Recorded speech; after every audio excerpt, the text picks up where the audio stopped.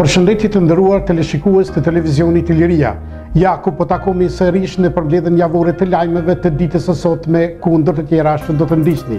New York, gazeta e përditshme amerikane dhe New York Times sulmohet nga piratët kibernetik. New York, Këshilli i Sigurimit i Organizatës së Kombeve të Bashkuara diskutoi për Kosovën lidhur me zhvillimet e 3 muajve të fundit. Washington, përfaqësues të Këshillit Kombëtar Shqiptar Amerikan vizituan Kosovën. Tiranë, debate ekonomike në prag të ndërrimit të qeverive. Preshevë, hapet autostrada E75 nga Presheva deri afër Bujanovcit. Athinë, Greqia unifikon ligjet për leje të qëndrimit të emigrantëve. Chicago, biznesi hebraik i gatshëm për investime në Shqipëri dhe Kosovë, njoftoi përmes një deklarate përshtyp shoqata shqiptaro-amerikane me qendër në qytetin e Chicagos. Dhe në fund, informacioni sportiv, Brazil, sportistja nga Kosova Majlinda Kelmendi shpallet kampion bote në sportin e judos. Të nderuar teleshikues, për këto dhe informacione të tjera, do të keni mundësinë të na ndiqni në vijim të përmbledhjes javore të lajmeve. Me ju sot në studio, Lulzim Mulliqi.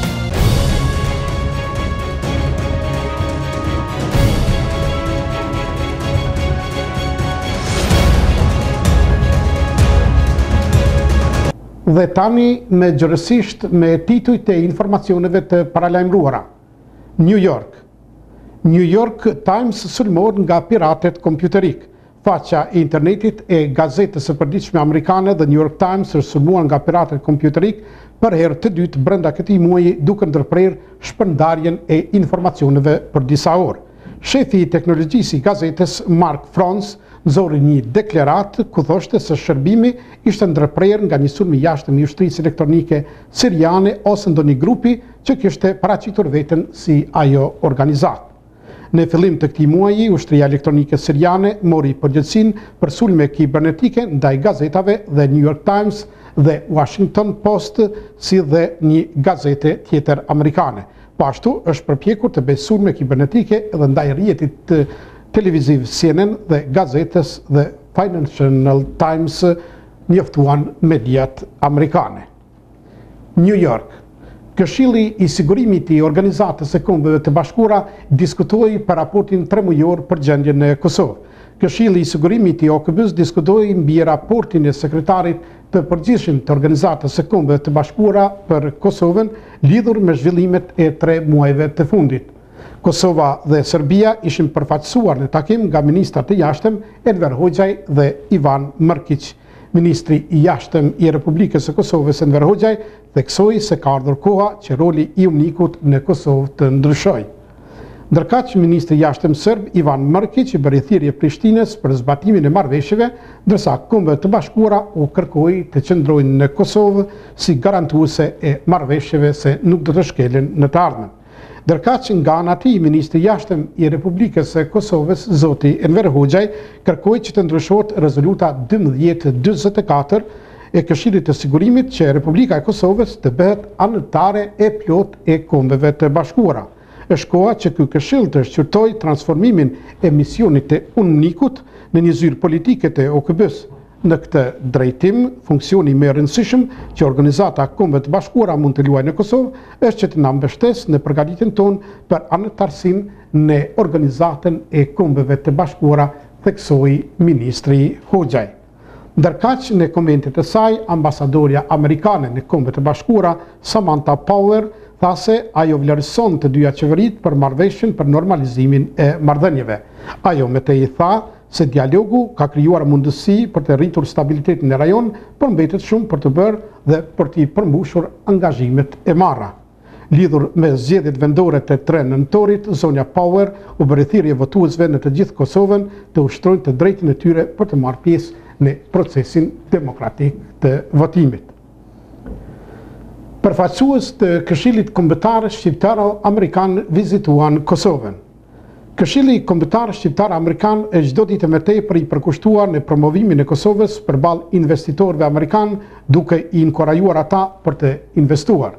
Është e vërtetë se duhet të bëhet më tepër në eliminimin e barierave të ndryshme në mes të shteteve të rajonit të Ballkanit me qëllim të promovimit të partneritetit dhe dialogut të mirëfillt të Kosovës me vende të tjera të rajonit, ka deklaruar ndër të tjerash zoti Avni Mustafaj, drejtor ekzekutiv i Këshillit Kombëtar Shqiptaro-Amerikan.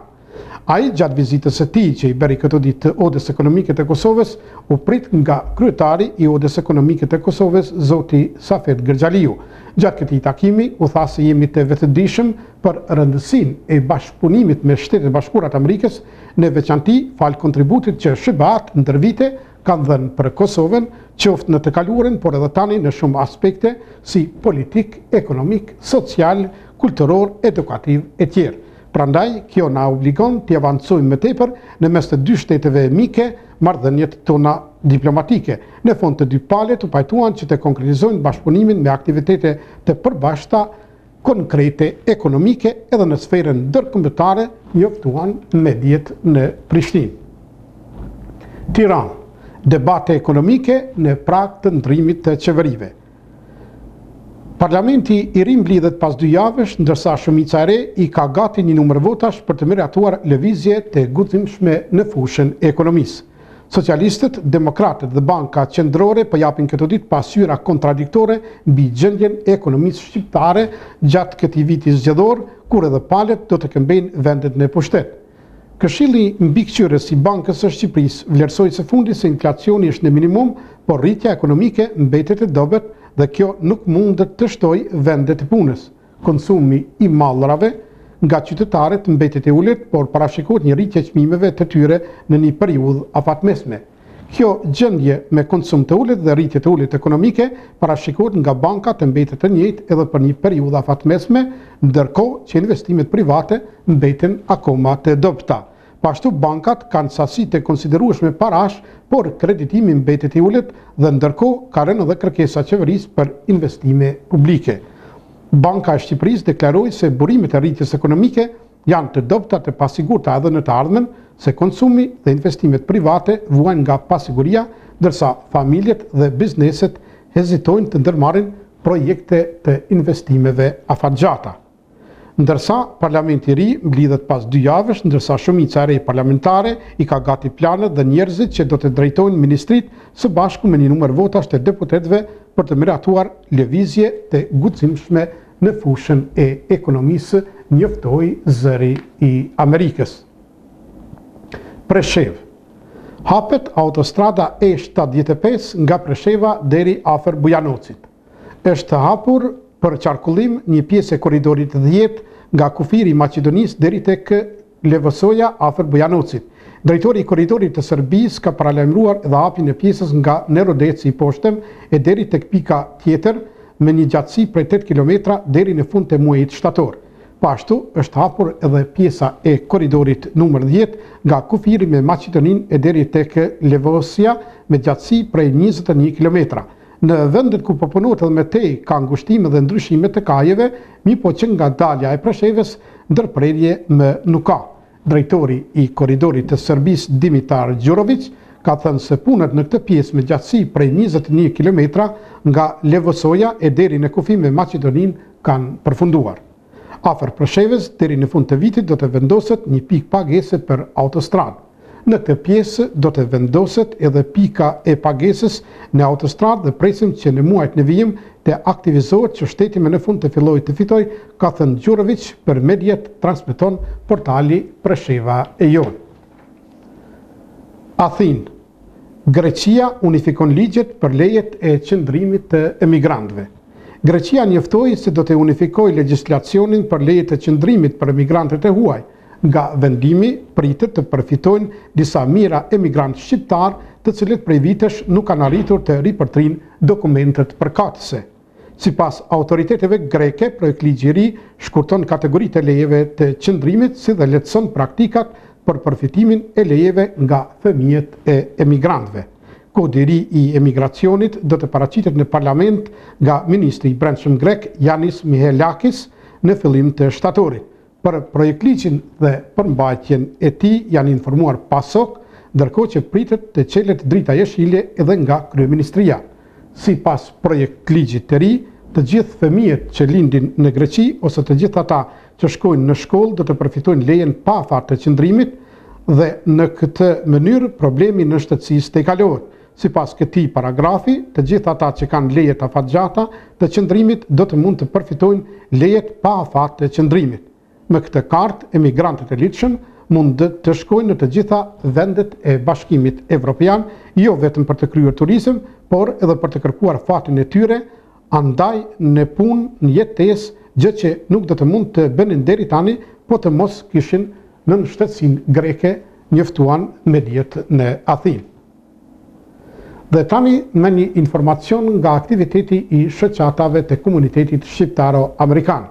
Biznesi hebraik në Shtetet e Bashkuara të Amerikës i gatshëm për investime në Shqipëri dhe Kosovë.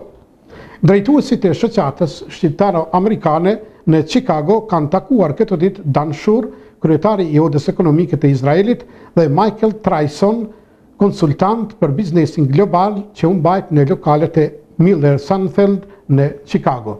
Në takimin e parë të këtij lloji shqiptaro-hebren, u fol gjërësisht për temat e bashkëpunimit midis këtyre dy komuniteteve miq, si dhe për mundësitë e investimeve dhe lobimit hebraik në planin ekonomik në Shqipëri, Kosovë dhe vendbanimet e tjera shqiptare.